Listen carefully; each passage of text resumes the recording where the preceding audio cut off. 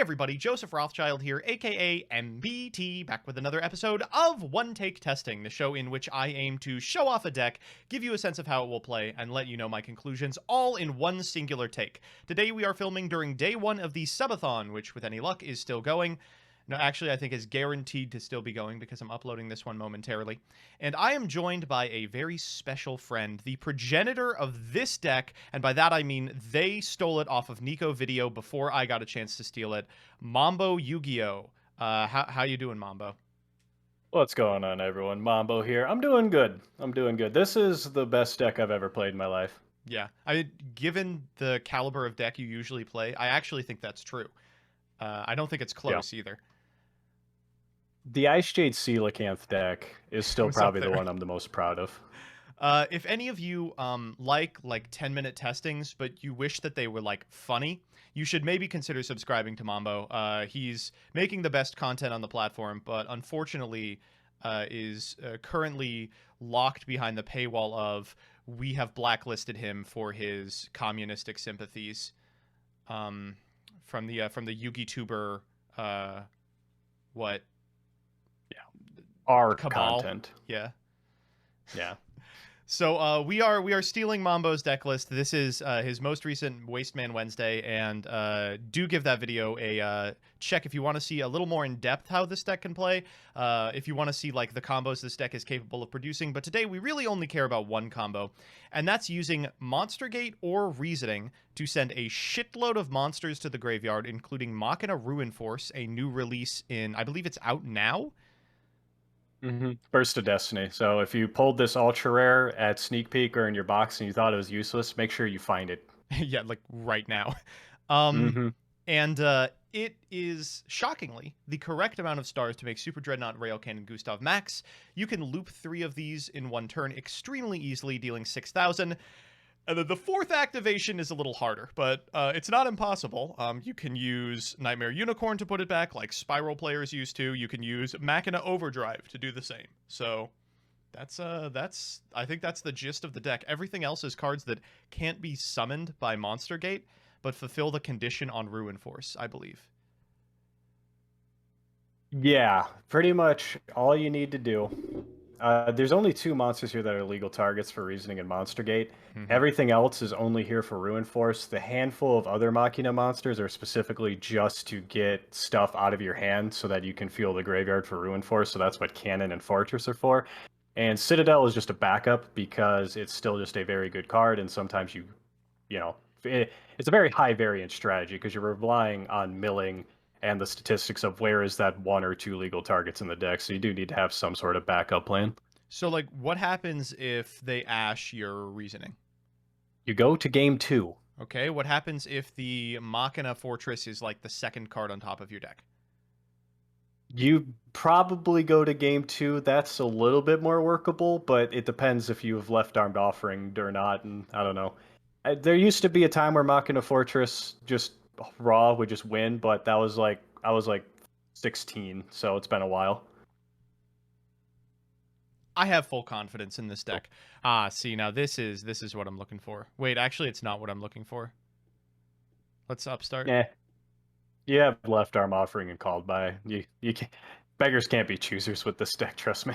All right, so we lose here, right? No, Left Arm. For what? For Reasoning. Oh, yes, I see. Get Reasoning. Oh, inshallah, it's not over. It's the last card. It's not over until you're Reasoning for 4 spell cards and hit Fortress. What are they going to call? 4. Okay. Okay. We just pray that everything starts at the bottom. Okay. There's 1 RUINFORCE. Oh, yeah. 2, I would recommend 3, turning on 4, quick animations. 5, 6, 7. There's 2 RUINFORCE. Holy shit, I think we did it. This is looking pretty solid so far. that was going, decent. Oh, nice. Yeah. Oh, and you got the summon? Okay. How many level 12s do we have? Is Citadel a 12? No. No. We have 1, 2, or non-RUINFORCE ones. We have 1, 2, 3, 4, 5, 6, 7, 8. I think that's FTK then. All 8's the minimum, and we have a Fortress on board, so go ahead and start running it. Okay, so we'll summon both Ruin Forces. You would think they would at minimum have put like a once per turn on this. You know what? This time, I'm glad they didn't. We just Gustav Max here, and then we link off. Is that Yep. the play? Yep. That's really intense. I think we might be one short from what we need. Oh God. Go ahead, make IP. Yeah. You mean because of the upstart goblin? Oh yeah, I forgot about upstart. Okay, so we're on Tarantula plus Oppo strat then, which is That's pretty fine. good in and of itself. So I'm trying to think how we get there, because we might have to do the 16 Oppo, because we only have 2 Ruin Force, which is unfort.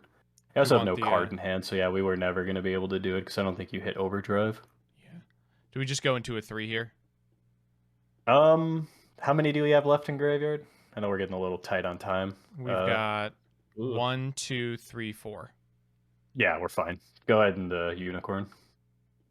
And now this Unicorn can't be destroyed. Yeah, and then I think you go Ruin Force here, and then you make the Oppo, and then you make Ravenous Tarantula. All right, we don't need the Citadel. Is Cannon not 12? Oh, no. It's 8. Oh, God. Okay, so we Ruin Force here for the... oh, yes, we have just enough to put them to 1,000. Or to... yeah. Rather, put them to 3,000. Yeah, we didn't. Unfortunately, we didn't mill Overdrive, nor do we have a card in hand because we had the hard left arm. Yeah. But this Apollo is about to get a... what do they have left? 3,000? So a 5,000 bump. Okay. This is still decent. It's fun to look at the very least. Yeah. Yeah, 6,600. If it in a permanence... This is an 8 negate Oppo. Exist. What's fun, too, it's an 8 negate Oppo, plus every time they special summon, they burn for 6 more. Okay, so every 2 special summons, you get another negate. All right, there's one. Easy. They're thinking about it. See, I told you. You walk into the game, you say, no, you're not going to open Imperm or Ash Blossom, and here we are. Should have chained the Miscellaneousaurus. I mean, I don't know what to say. That's on you. Even though it's very funny to make them burn, I think I'm just negating everything.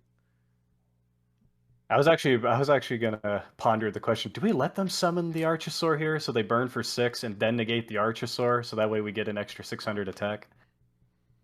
Don't worry, they just need how many more effects until this Oviraptor beats it? Skyhawk and Shambles. Oh, awesome! So that Celestial was in hand. That is a little catastrophic. That only almost matters, now I think about it. I was going to say, whoa, that's killer. Anyway, our Appaloosa is at 44. I just see Fusion Destiny, and I immediately start hearing, like, funeral bells. Mm-hmm.